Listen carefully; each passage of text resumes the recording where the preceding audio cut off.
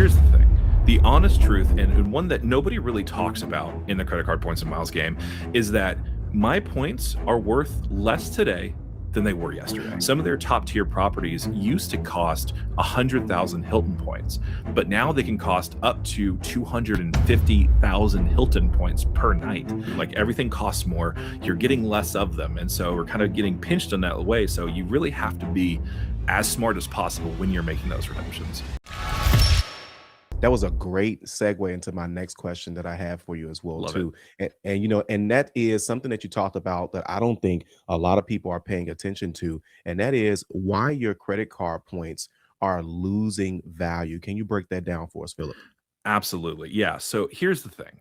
The honest truth, and one that nobody really talks about in the credit card points and miles game, is that my points are worth less today than they were yesterday. And what that means is like I need to figure out how I'm going to use them in a way that makes sense, right? And so like every year, like Hilton goes through devaluations every year, Hyatt goes through devaluations. They call it something else. They just reclassify properties, and all of a sudden magically they're more expensive.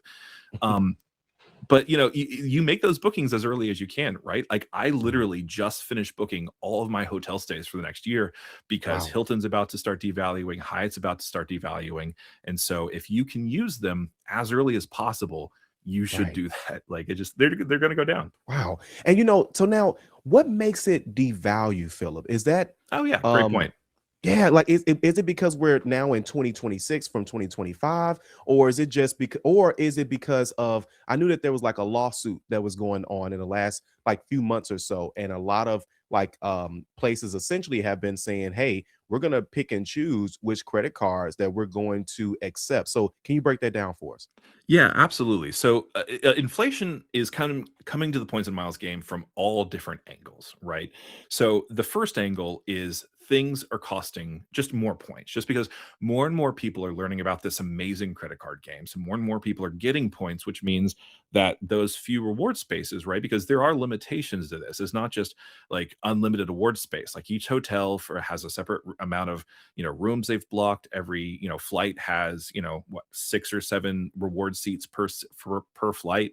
And so there's a scarcity there, and if you have more people with points chasing that scarcity, that means that those valuations are going to essentially cost more, right? And so Hilton was very famous for this past year, where some of their top tier properties used to cost 100,000 Hilton points, but now Mm, they can cost up to 250,000 Hilton points per night. And that's just on the standard reward rate. If you want suites or something, you can cost up to five 600,000 points per night, and it's stupid. It's right. crazy how much that works. So that's kind of the first part of it. But then the second part of it is it's getting a little bit harder to earn the points as well. And so we're seeing that the banks are starting to kind of tighten up like how you're able to earn them as well, right? So Chase, City, even Capital One all recently released rules that kind of restrict how many sign-up bonuses you're able to get on a particular Mm. card or family of cards. And so If you're looking to increase your credit score, qualify for homeownership, or lower your monthly car payment, we can help you. We can take a look at your credit report and create a custom game plan for you to help you accomplish your credit goals. Scan this QR code or click the link in the description below. Now back to the video. basically they're the points that you're wanting to do, like everything costs more, you're getting less of them, and so we're kind of getting pinched in that way. So you really have to be as smart as possible when you're making those redemptions. Yeah, absolutely. I like how you said that, as smart as possible for sure. Let me ask you this. Has that changed how you make certain purchases? And what's your purchase strategy in general to try to get as many points as possible? Absolutely. That is such a great question. Yeah. So the thing that we think about, okay, so if we're going to make a purchase between my wife and I, like we're like, okay, let's say, oh yeah, the perfect example, last year we bought a new mattress. And Okay. so we were like, okay, we got to figure out how to make this happen because we know we're going to spend X amount on our mattress, right? So we looked at, first of all, I looked at all of the bank offers. So I checked Capital One offers, I checked Chase offers, I checked Amex offers, and I ended up finding out that there was an Amex offer on my Blue Business Plus card for, I think it was like spend $1,000, get $200 off. Yeah. And so first of Mhm. all, we had that, which was huge because $200 off a mattress is kind of big, right? That is.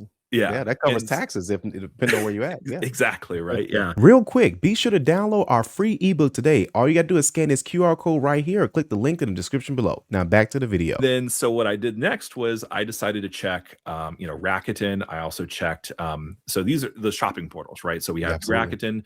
We also have others like American Airlines has their own shopping portal and Southwest, depending on, just a bunch of different shopping portals. But I ended up actually finding out that I think it was through that same supplier that had the offer was I think it was 3x on Rakuten at the same time. So Mm, we had two things locked in place there. I was going to use the Blue Business Plus card for 2x on that purchase plus $200 off. Then I was going yeah, to get 3x on Rakuten. So 5x total per dollar on that purchase. And then we were able to kind of figure out, okay, what else should I be doing? So I finally actually went to the mattress website, yeah. and it had a little pop up. You can save 10% on today's order if you give us your email address. So what did Easy. I do? Yep, 100%. I will sell you my email address for that. And so on one purchase, I was getting 5x membership reward points on that purchase, plus ended up getting $300 off, $200 for the offer, $100 off for the just giving them my email address. And so Yeah, that's what I'm talking about, being as smart as possible. Like if you have those big purchases, make them work for you. And that's right. yeah, and if I didn't have, if I, had been able to plan out maybe probably 2 weeks further out in advance, maybe I could have gotten actually a new card with a sign-up bonus that I could have put on that too, and I would have ended up getting maybe 50, 60, or more thousand points off of just that one purchase too. Man, I like how you broke that down because, again, and this goes back into something I heard years ago. It's not about how much money you make, it's about how much money you keep. And Right. when you're making a purchase, and it doesn't have to be a mattress, guys, it could be just anything. It And can. Yeah. you're like, and just like you said, you went to the website, and everybody's website in today's world has some type of savings. Yep. Then, of course, breaking that down, and a lot of people still don't even know about Rakuten. So, and that is so huge because you're able to stack all these things up and still get Absolutely. the points without having to pay full price. Because that's what it comes down to. Yes, we want the points, but nobody wants to pay full price. That's it. Yeah.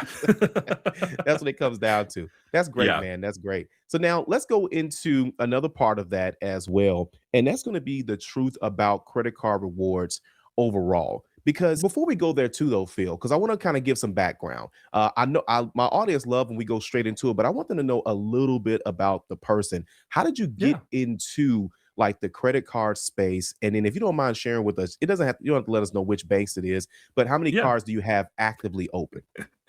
All right. Well, that's actually I think last time I checked. Well, I opened up 25 this past year, Gotcha. and so I think it's about in the 40s now open. Gotcha. Wow. Okay. Yeah. See, yeah. We got another crazy person here we're interviewing. So, Yeah.